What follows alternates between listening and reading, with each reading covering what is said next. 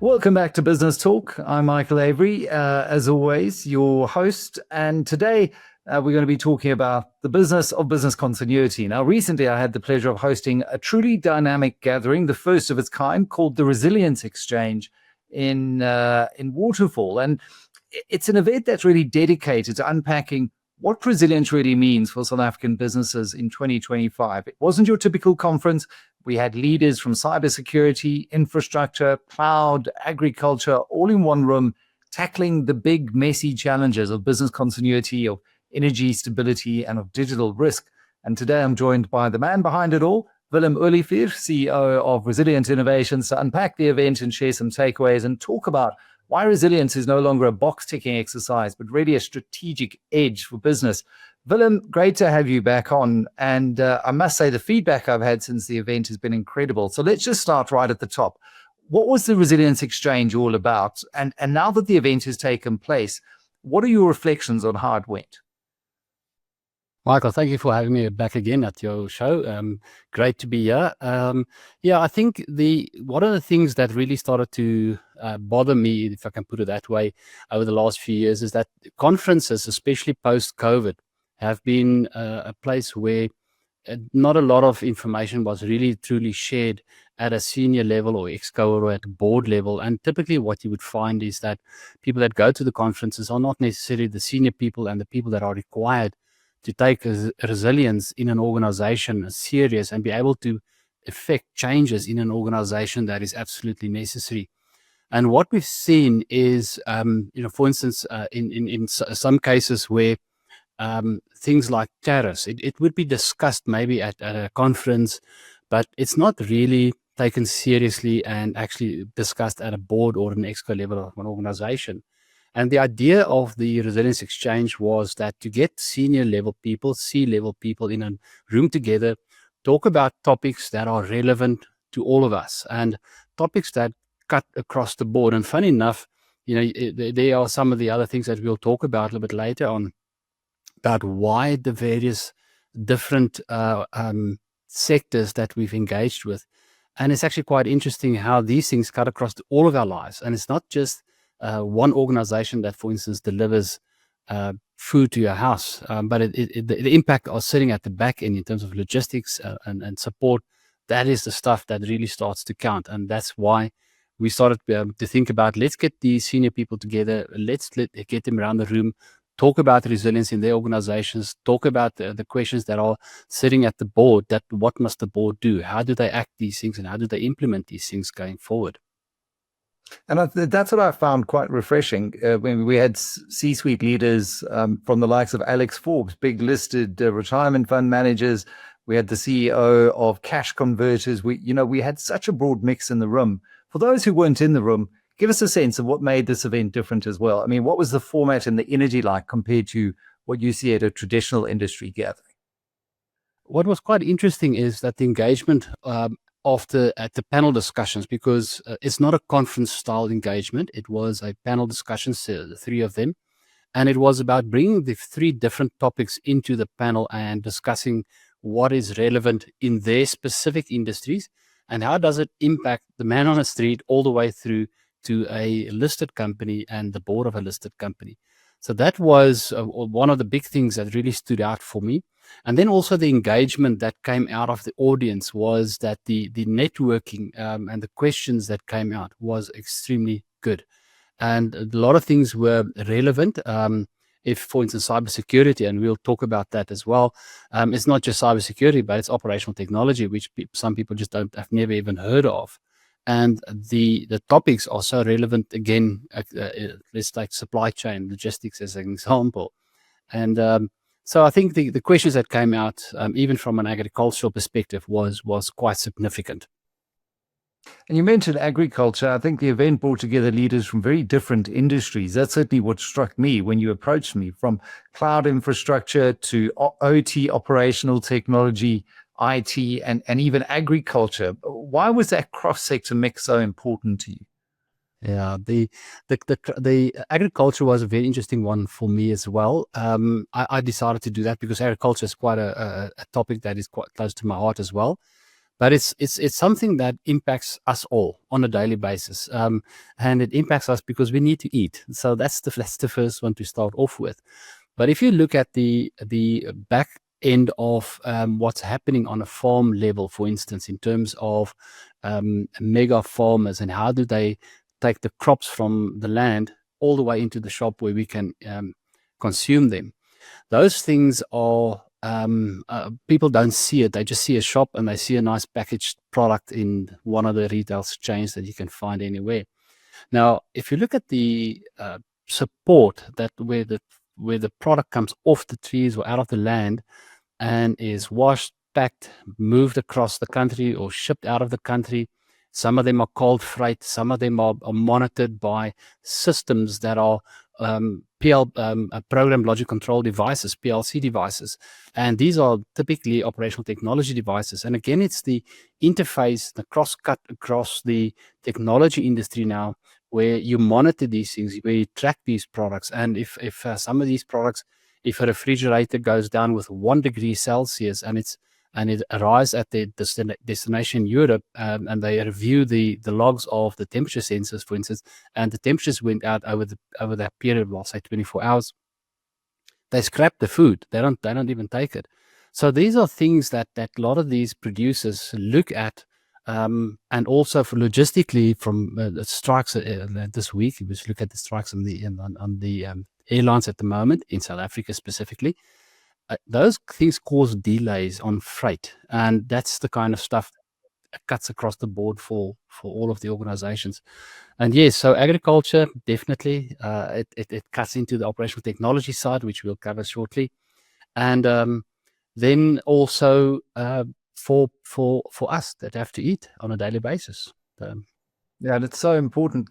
We had Omri van Sale on the one panel speaking specifically to the kind of farm level challenges, and it was really refreshing.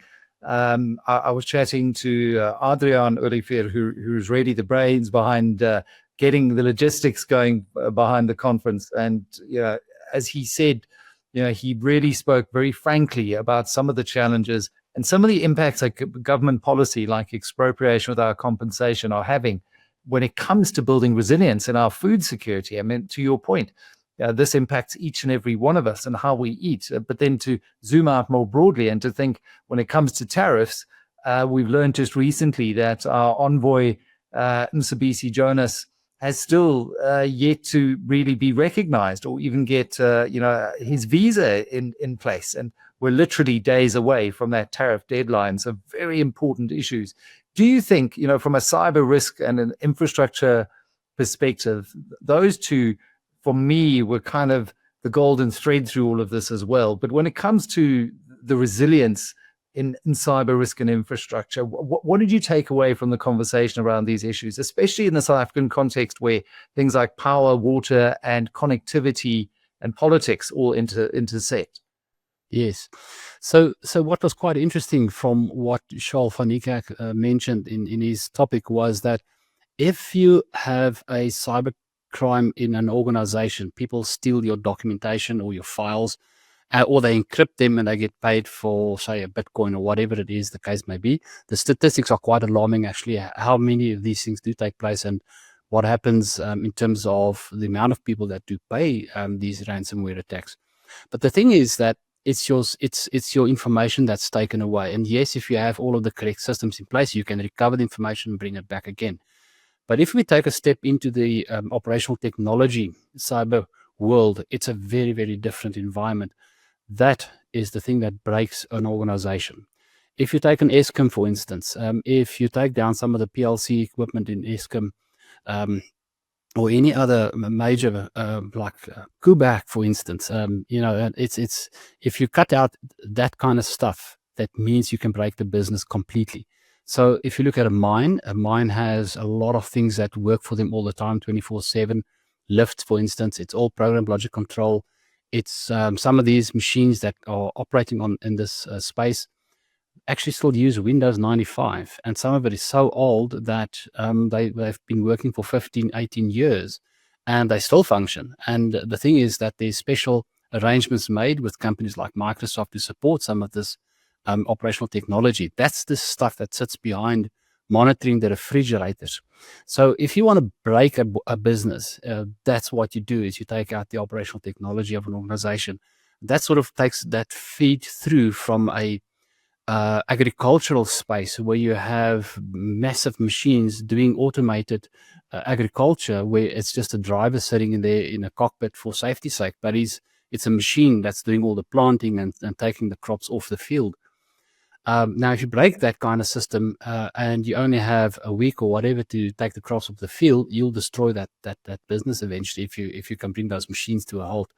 So operational technology, I think, is going to become far more important in the next few years, especially with AI, and definitely a topic of to take note of in the future from cyber.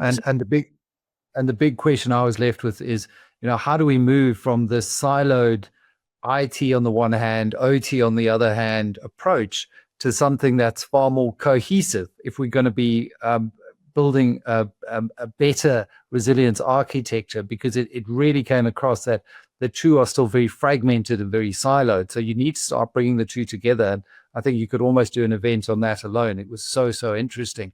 How did the executives and the attendees respond to the format? I've had quite a few comments on LinkedIn recently. Any feedback or stories from the day that really stood out for you? Yeah, it was even on LinkedIn the following day, there was some really great feedback. We did the event here at our auditorium in Waterfall, and it was a very informal setup and informal dress code as well, but also with nice food and all the great stuff around it. But from an event perspective, what the people liked, it was not a conference style setup. So that was the first thing. Secondly, it was the engagement that came through via the panel discussions that we had, and the questions from the audience, and the interactiveness between the audience. And because it was almost real time, so it wasn't somebody standing on a stage presenting and then questions at the end. It became a real time discussion and topic, and that was what was great. And also the way that you led the questions, for instance, at the event was fantastic, because those raised questions within the audience as well, and they started to think about their own environments. How do I do this? Because I've got some automated system somewhere in my retail facility or logistics facility. So that it was a very, very positive feedback, and that's why we do believe that this format for us works fantastic. Which means hopefully it'll become an annual event. So what can people expect going forward? Is it going to get bigger? Are you going to keep it intimate? Will maybe become a little bit deeper or more focused? How are you thinking of building on this great foundation? Yeah, I definitely would like to increase the amount, possibly maybe to 2 a year to start off with. We did say that we only do once a year, but I think maybe we can do every 6 months an event like this. I do think that engaging with C-level people and them having the same platform or the same room to share, and where they meet each other, network, and then also talk about subjects like resilience that is top of their mind and at their boards and at the exco. So I definitely think it's something to look at the future, and also to build on that on the podcast, because what we would like to do is to take, for instance, somebody like a Charles or Equinix, for instance, in terms of the global exchange that we've now been connected to. That is something that we would like to take further and do individual podcasts on as well. And maybe just to come back to Equinix in terms of the global exchange, because our partnership with Equinix is data centers are data centers in my mind. And you can find them, many of them, in high quality data centers. It's all about price and services associated with it. But what was very interesting was that with the Equinix one is it's a global exchange, meaning that it's a global internet connected world. So they've got over 260 data centers worldwide. If we need a connectivity from here to Chicago or to Sydney, Australia, wherever, in Singapore, it's literally a patch that takes place at Equinix for us, and we are connected straight through into Equinix in Sydney or in Chicago or Los Angeles. And that's the kind of thing that sort of also brought the topics together with connectivity, because all of these things that we talk about, operational technology, agriculture, it all requires technology to telecommunications to make it work and to communicate each other and communicate with a resilience frame of mind from a connectivity perspective. So some interesting things that have come out of the event, and we look forward to building on that. It was great to meet Sandile Dube of Equinix, and a really exciting development, having really only officially come to market around the middle of last year, to have this global connectivity plugged into what resilience is all about and what you at RI are doing. And it's very much like the arteries of business now. You can't operate if one of those arteries are severed. And I just think, if anything, COVID proved that to us. Lastly, for business leaders listening who may not have attended, what message would you leave with them about resilience in South Africa today? Well, I think the first one that comes to my mind is that, yes, you still do have to have a disaster recovery plan, a business continuity plan, a crisis management plan, but that's all associated with day-to-day stuff and dealing with how to continue your business if you have a severe disruption. The thing is that building resilience in your organization is something that's got to cut across the organization. You've got to look at all the sectors that are supporting you. And yes, we do look at that from a BCM perspective, but look at the dangers that they have in their lives and what is the impact on your life. And things like, for instance, these tariffs that have taken place. How does that impact your life in your organizations? Because these are things that we get blindsided. I mean, you look at the motorcar manufacturing in South Africa, that's been totally decimated by two things. And the one is tariffs, and the other one is cheaper Chinese vehicles that are coming in. That's the kind of thing. So how does that impact your organization? I think maybe for a vehicle rental company like these Avises or Europe Car, whatever you want to call them, that's maybe good for them because they now have cheaper cars that can provide their product at a better rate. But it does impact jobs. It does impact regional infrastructure because if Mercedes-Benz closes its factory in East London, it's really devastating on the macroeconomic industry of that whole city. Yeah. And I think it just shows you how interconnected all of this can become and why resilience isn't ever just a one-factor conversation. Yes. It's about how increasingly interconnected and complex our world is becoming. So, Willem, thank you very much for your time. Great sharing your insights into the inaugural Resilience Exchange, and looking forward to the next one. Thank you very much, Michael. I look forward to the next one as well.